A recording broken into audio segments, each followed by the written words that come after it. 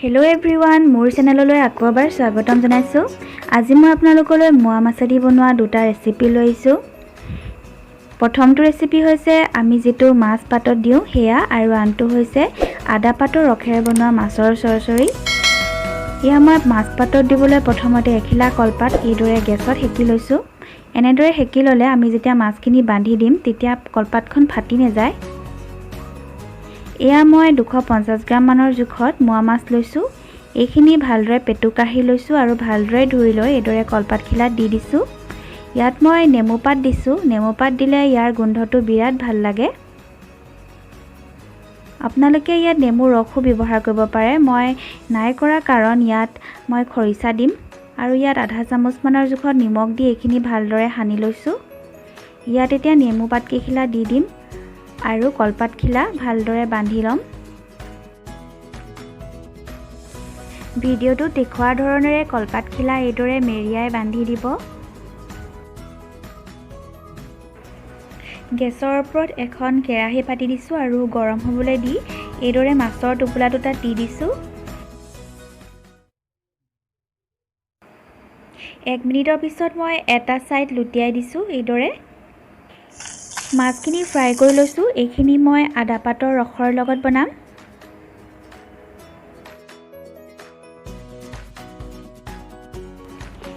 আদা পাতৰ ৰসখিনি উলিয়াই লোৱা হৈ গ'ল। ডাঙৰ চাইজৰ আলু এটা লৈছোঁ। আলুটো আপোনালোকে স্কিপ কৰিবও পাৰে। আৰু এটা মিডিয়াম চাইজৰ পিঁয়াজ লৈছোঁ আৰু 3-4 ফুটামান নহৰু লৈছোঁ। নহৰুকেইটা মই জাষ্ট অকণমান কাটি দিছোঁ, খুন্দি লোৱা নাই নহৰুকেইটা।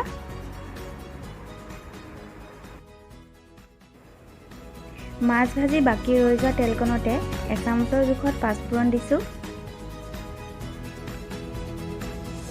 এইখিনি ফুটি উঠাত ইয়াত পিঁয়াজ আৰু নহৰুখিনি দি দিম।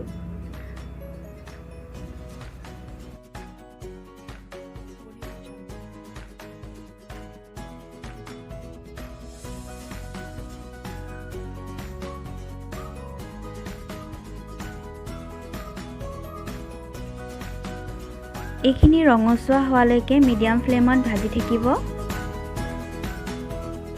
আলুখিনি দি দিলোঁ আৰু ইয়াত এতিয়া আধা চামুচৰ জোখত হালধি দিছোঁ আৰু আধা চামুচ নিমখ দিছোঁ। নিমখ আপোনালোকে সোৱাদ অনুসৰি কম বেছি কৰি ল'ব।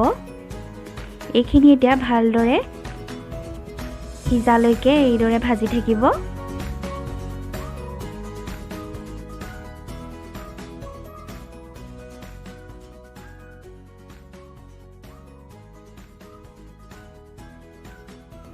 এয়া 2 মিনিটৰ পিছত মোৰ আলুখিনি সিজি গ'ল আৰু ইয়াত এতিয়া আদাৰ ৰসখিনি দি দিছোঁ। এইখিনি উতল অহালৈকে ৰাখি দিব। জুইটো হাই কৰি দিব।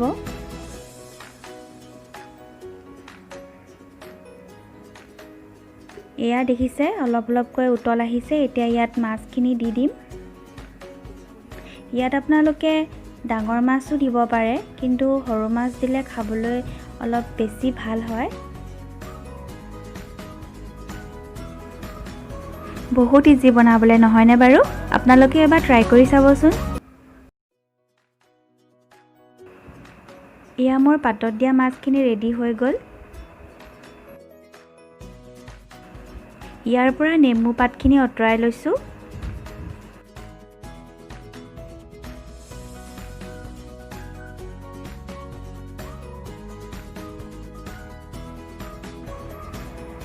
এচামুচৰ জোখত মিঠাতেল এড কৰিছোঁ।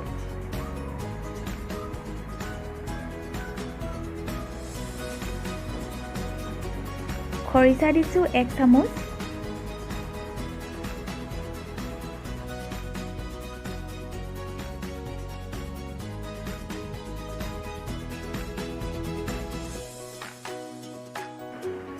মিডিয়াম চাইজৰ পিঁয়াজ এটা কাটি লৈছোঁ আৰু জলকীয়া দিছোঁ। এইদৰে যদি পাতত দিয়া মাছ খাই পোৱা নাই তেনেহ'লে এবাৰ ট্ৰাই কৰি চাব।